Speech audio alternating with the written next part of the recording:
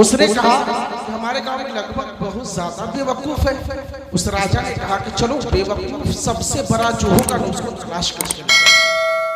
गौर से सुनिएगा, नसीहत आमेज ये है। अब सबसे बड़ा बेवकूफ तलाश करने के लिए ये गांव वो गांव 4-5 गांव घूमने के बाद एक इंसान बहुत बड़ा बेवकूफ मिल गया। राजा के पास राया लाने के बाद कहा, हुजूर ये सबसे बड़ा बेवकूफ है। उससे कुछ पूछा, जवाब उल्टा पुल्टा दिया। बादशाह समझ गया यही सबसे बड़ा बेवकूफ है, इससे बड़ा बेवकूफ कोई नहीं हो सकता है। राजा ने अपने हीरे का हार उसके गले में डाल दिया। ये बेवकूफी का सबसे बड़ा ताज उसके गले में डाल दी गई। डालना था वो इंसान, बेवकूफ इंसान खुशी के मारे मचलना शुरू किया।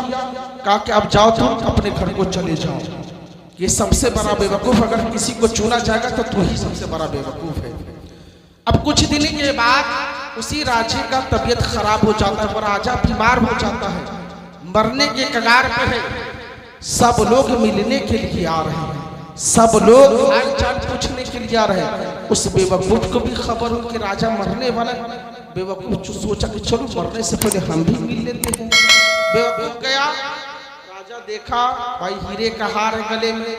तू ही वो सबसे बड़ा बेवकूफ इंसान है। तो कहा हुजूर हम ही सबसे बड़ा बेवकूफ है जिसको आपने हार दिया था। कहा कि अच्छा तू भी मिलने के लिए गया, अच्छी बात है तू मिलने के लिए आ गया। अब बेवकूफ कहता कि हजरत सुने कि आप जा रहे हैं। कहाँ हम जा रहे हैं? तो कहाँ जा रहे हैं? तो कहता है कि मैं वहां जा रहा हूँ जहां से कभी लौट कर नहीं आऊंगा। तो बेवकूफ क्या कहता है कि हुजूर वहां जा रहे हैं तो घर उर बनाए हैं, घर उर बना है कि नहीं? अब बादशाह कहते कितना बड़ा बेवकूफ इंसान है, तो वहां घर की जरूरत नहीं, घर नूर नहीं बना है। तो कहा कि हुजूर पलंग उलंग इंतजाम किए हैं कि नहीं वहां? तो कहा कि नहीं कुछ इंतजाम नहीं। हुजूर वहां इसी सोइएगा, जमीने में सोइएगा। अरे बेवकूफ वहां जमीने में सोना पड़ता है। कहा कि हुजूर ये बतलाइए यहाँ लाइट उट में रहते हैं, वहाँ लाइट उट लगवा है कि नहीं? अब बेवकूफ कहता लाइट उट लगवा है। कितना बड़ा बेवकूफ इंसान है तू रे, वो लाइट की जरूरत नहीं है, लाइट उट नहीं लगवा है। कहा कि हुजूर जरा ये बतलाइए, करे कि जैबो करेंगे वापसो नहीं आएंगे तो रहिएगा कहाँ? जब न घर बनाए हैं, न बिस्तर ले गए, न लाइट लगाए तो रहिएगा कहाँ? अच्छा हुजूर ये बतलाइए जो सिपाही सब उसको भेजिए कि नहीं वहाँ भेज दीजिएगा ताकि काम करेगा ना। यहाँ काम करवाते हैं तो आपका काम कौन करेगा? ये सिपाही ने करेगा, भेज दीजिए ना। ताकि अरे बेवकूफ सिपाही सब यह रहेगा, नहीं जाएगा, बाद में सब जाएगा। आप पहले चले जाइए तो आपको तकलीफ नहीं होगी। तो बेवकूफ कहता है तकलीफ नहीं होगी। राजा कहता नहीं कोई बात नहीं है।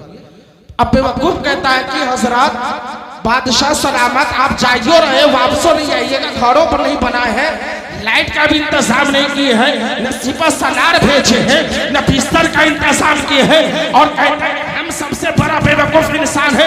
अरे ये हार अपना अपने गले में डाल लीजिए, इसलिए कि सबसे बड़े बेवकूफ आप इंसान है, इसलिए कि वहाँ जा भी रहे हैं, वहाँ की कोई तैयारी नहीं की है, वहाँ जा रहे हैं, वहाँ के लाइट का इंतजाम नहीं किया है, वहाँ जा भी रहे, वहाँ के सिपा सलार का इंतजाम नहीं किया है, वहाँ जा रहे, वहाँ बिस्तर का इंतजाम नहीं किया है। तो हम बेवकूफ है कि आप बेवकूफ है? अरे सबसे बड़ा बेवकूफ आप इंसान है जिसने कोई तैयारी नहीं की है।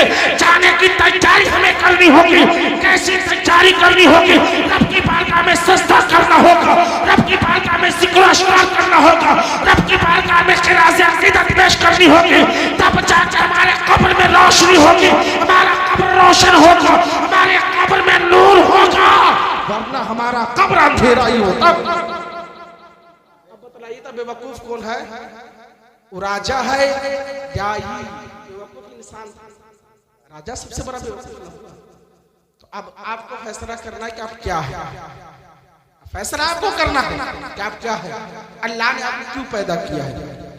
कुरान मुक़द्दस में वमा खलक़तुल जिन्ना वल इंसा इल्ला लियअबुदून, हमने जिन और इंसान को सिर्फ और सिर्फ अपनी इबादत के लिए पैदा किया, किसी और चीज के लिए नहीं पैदा किया, अपनी इबादत।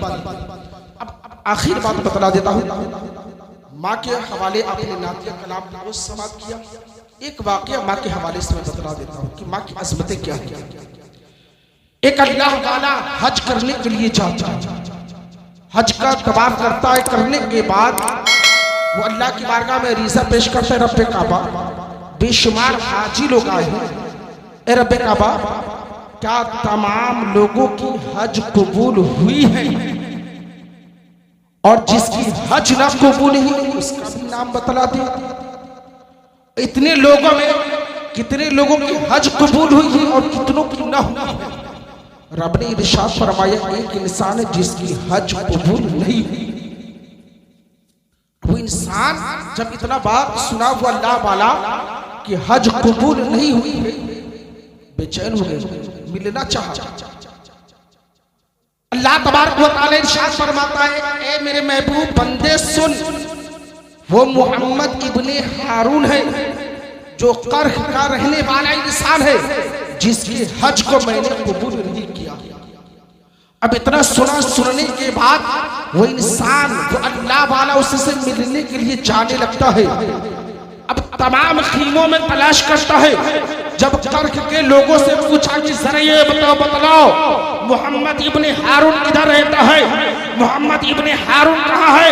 लोगों ने बतलाया कि मोहम्मद इब्ने हारून को तलाश करते हो, मोहम्मद इब्ने हारून को ढूंढ रहे हो। मोहम्मद इब्ने हारून तुम्हें खीमों में नहीं मिलेगा, बल्कि मोहम्मद इब्ने हारून को तलाश करना है तो तुम्हें पहाड़ की घाटियों में जाना होगा, तपती हुई रेतों में जाना होगा, तपते हुए सहराओं में जाना होगा। वही मोहम्मद इब्ने हारून है, वही अल्लाह तबारक व तआला की इबादत कर रहा है। जब इतनी बात लोगों ने कहा, उस अल्लाह वाले के दिल में बेचैनी हुई। ये एक ऐसा इंसान है जो करकती हुई धूप में अल्लाह की इबादत कर रहा है, लेकिन अल्लाह इरशाद फरमाता है मैंने उसके हज को कबूल नहीं किया है, मैंने उसके हज को रद्द कर दिया है।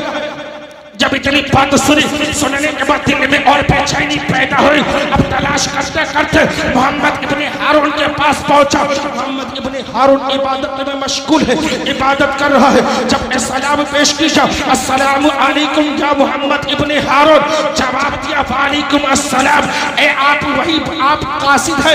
हाँ मैं कासिद हूँ। आप मुझसे लेकर आए कि अल्लाह तबारक व तआला ने मेरे हज को कबूल नहीं किया है, मेरे हज को रद्द कर दिया है। जब इतनी बात उस अल्लाह वालों ने सुनने के बाद कहा कि ये कैसा इंसान है जो मेरे बारे में जानता है कि मेरे हज को अल्लाह ने कबूल नहीं किया है। अब और बेचैनी पैदा हो गई, ऐसा इंसान है तुम्हें मालूम है कि अल्लाह ने तेरे हज को कबूल नहीं किया है? मोहम्मद इब्ने हारून ने कहा मुझे मालूम है, मैं 40 साल से मुसलसल पाँव पैदल कर्क की सरजमी से चलकर आता हूँ।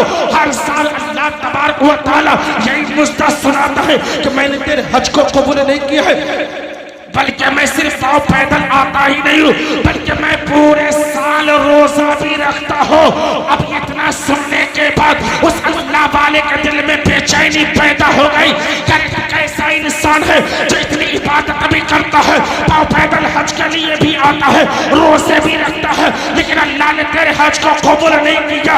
वजह क्या है समझ में न आई। मोहम्मद इब्ने हारून ने थारे मारकर रोने लगा और कहने लगा, ऐ सवाल करने वाले साहिल सुनो सुनो, मैं एक नौजवान इंसान था, मेरे जवानी में बहुत सारे दोस्त थे। रमजान की पहली तारीख, रमजान की चाँद हो गई है, तरावी मस्जिद में हो रही थी। मेरे दोस्तों ने कहा, ए मोहम्मद इब्ने हारून चलो आज चलते हैं घूमने के लिए, सैर करने के लिए चलते हैं।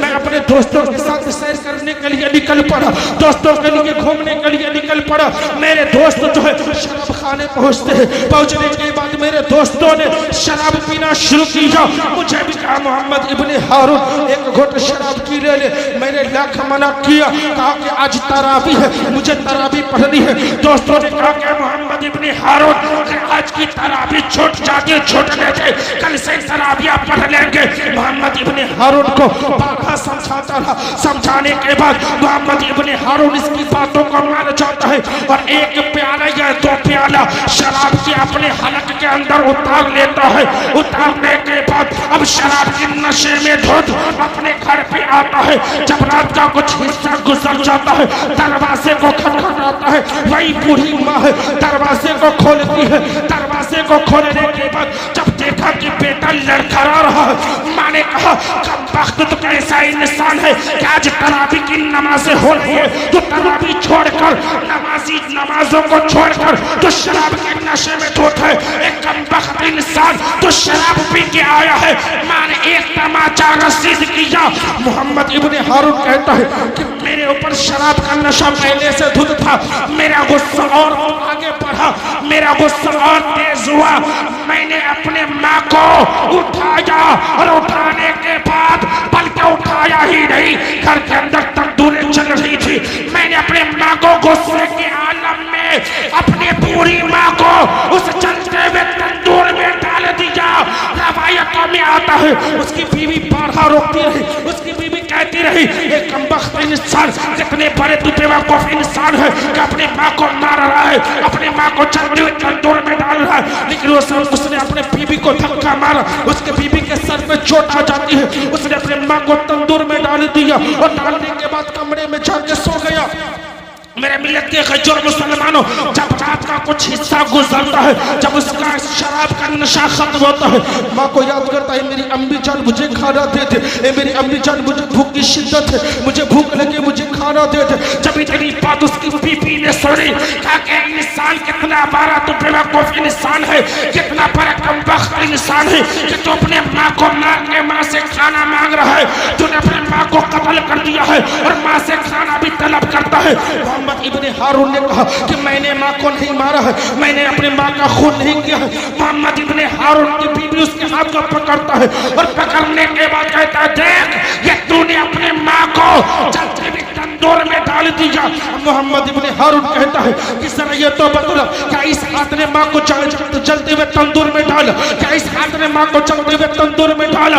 मोहम्मद इब्ने हारून की बीवी कहती है हाँ तूने इसी हाथ से माँ को जलते हुए तंदूर में डाला। बतलाया जाता है मोहम्मद इब्ने हारून ने तलवारें निकाली और अपने हाथ को काट दिया और कहने लगा मुझे ऐसी हाथ की जरूरत नहीं है जिस हाथ ने माँ को जलते हुए तंदूर में। इतना कहने के बाद कहता है कि मैंने अपने घर बार को छोड़ दिया, अल्लाह तबारक व तआला की बारगाह में मैं गुनाह के लिए माफी के लिए माफी मांगने के लिए मुसलसल 40 साल से पांव पैदल रोजे की हालत में हज करने के लिए आ रहा हूँ। हर दफा अल्लाह तबारक व तआला यही मुझसे सुनाता कि ए मोहम्मद इब्ने हारून मैंने तेरे हज को कबूल नहीं किया है, बल्कि मैंने तेरे हज को कबूल नहीं किया है। इतनी बात उस अल्लाह वालों ने सुना, कहा कि तू बहुत बड़ा कमबख्त इंसान है, बहुत बड़ा कमबख्त इंसान, तूने अपने माँ को मार दिया। अब इतना जुमला कहने के बाद वो अल्लाह वाला जब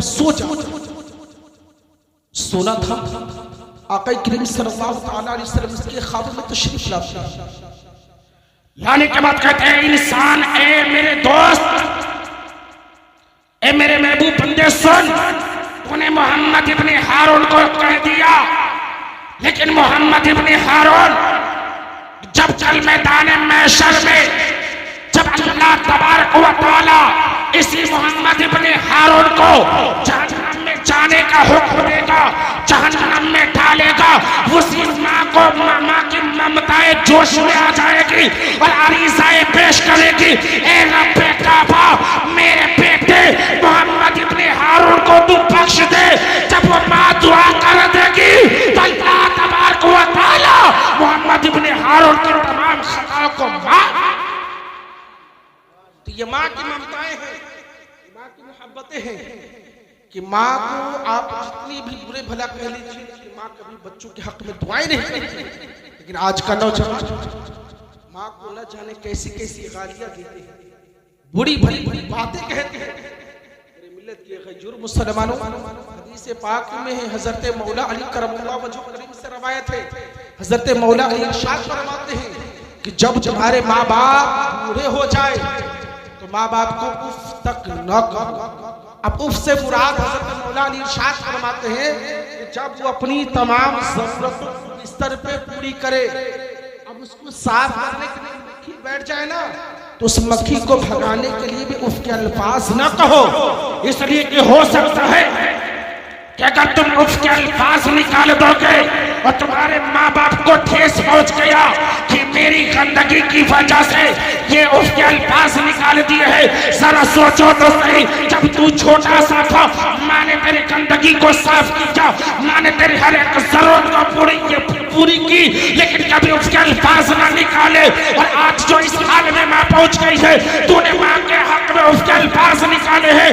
अल्लाह तबारक व तआला तुम्हारी जितनी भी इबादतें होगी सबको